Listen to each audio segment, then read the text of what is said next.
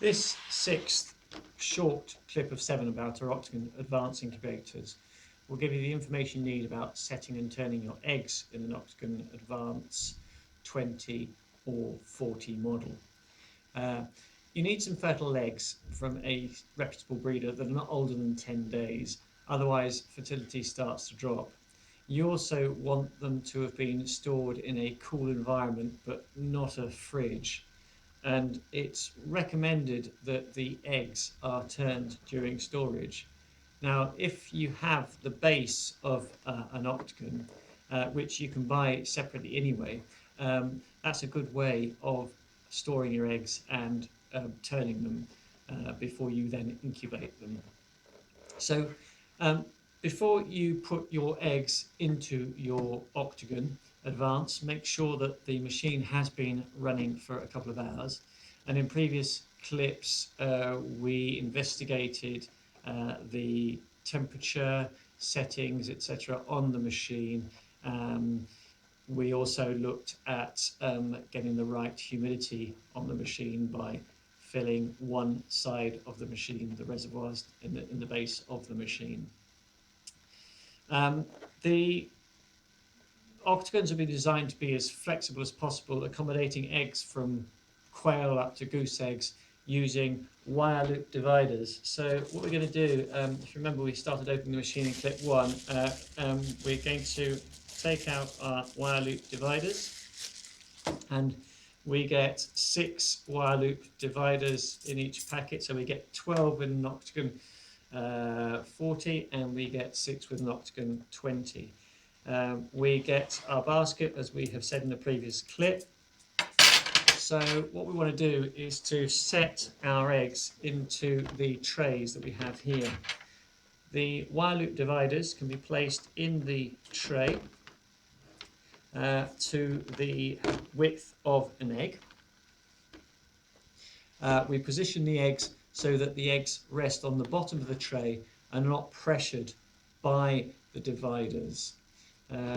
Some people like to set their eggs pointy end down, others lay them flat, but what we don't want to do is to set them with the pointy end upwards. So either pointy end down or flat.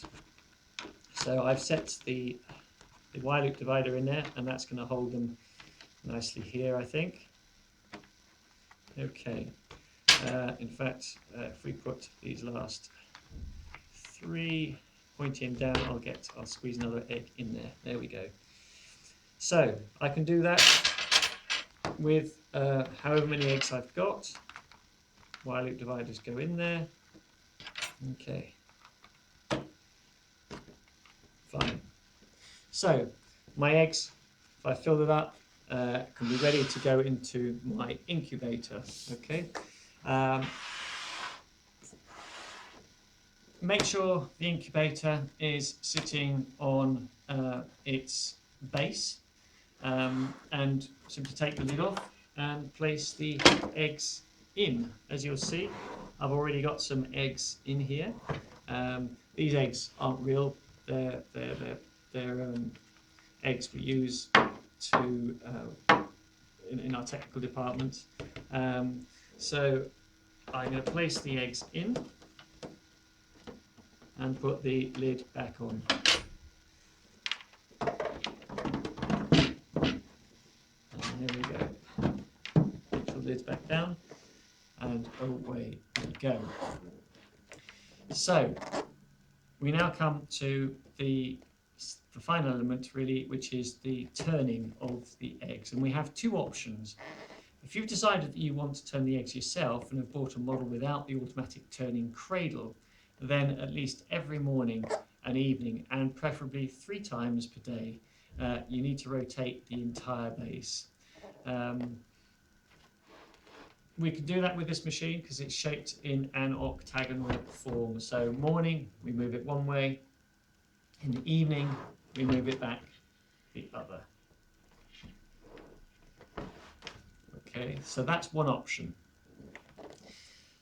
Because all those eggs are rotated at the same time rather than individually, this is referred to as a semi-automatic machine.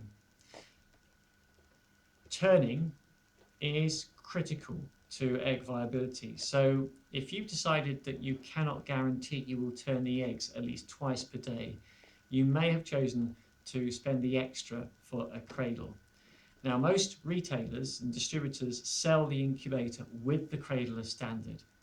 It is also available from Brinsea and most retailers separately if you ever decided to upgrade to having a cradle. So we're briefly going to look at setting up the cradle. And all you need, if you remember, from the first clip, we had 2 rods that came with the machine, and we had a motorized end, which we can plug in, and a blank end. And we also had 4 screws. All we do is take our rods, move that out of the way a little bit, take our rods and fix them to the base of the ends. And you'll see there are some little spindle knobs or whatever you want to call them here, and the rods fit onto those. It's quite easy to do. And all we then need to do to make sure this is nice and strong and doesn't fall apart when you've got the incubator on it is to take the 4 screws that you also get and to screw the ends in to tighten it up. And that means it stays nice and rigid. I'm not going to do that because I haven't got the time, if you like, to show you that. What I can show you is an example of cradle that has been set up, and it's been set up for the Octagon 20 Advance to show you the difference in size. Exactly the same idea. That's now all set up, and all we do now is we place our machine, and I have an Octagon 20 Advance here.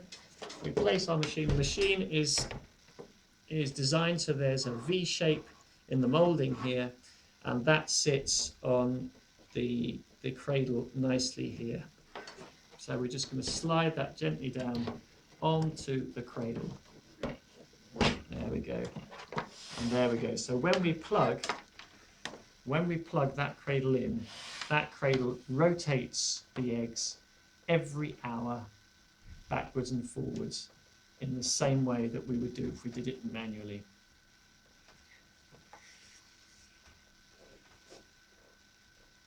Don't ever try and manually turn the incubator when it's on its cradle, because if you do, you'll damage the turning mechanism and you'll invalidate the warranty on your machine.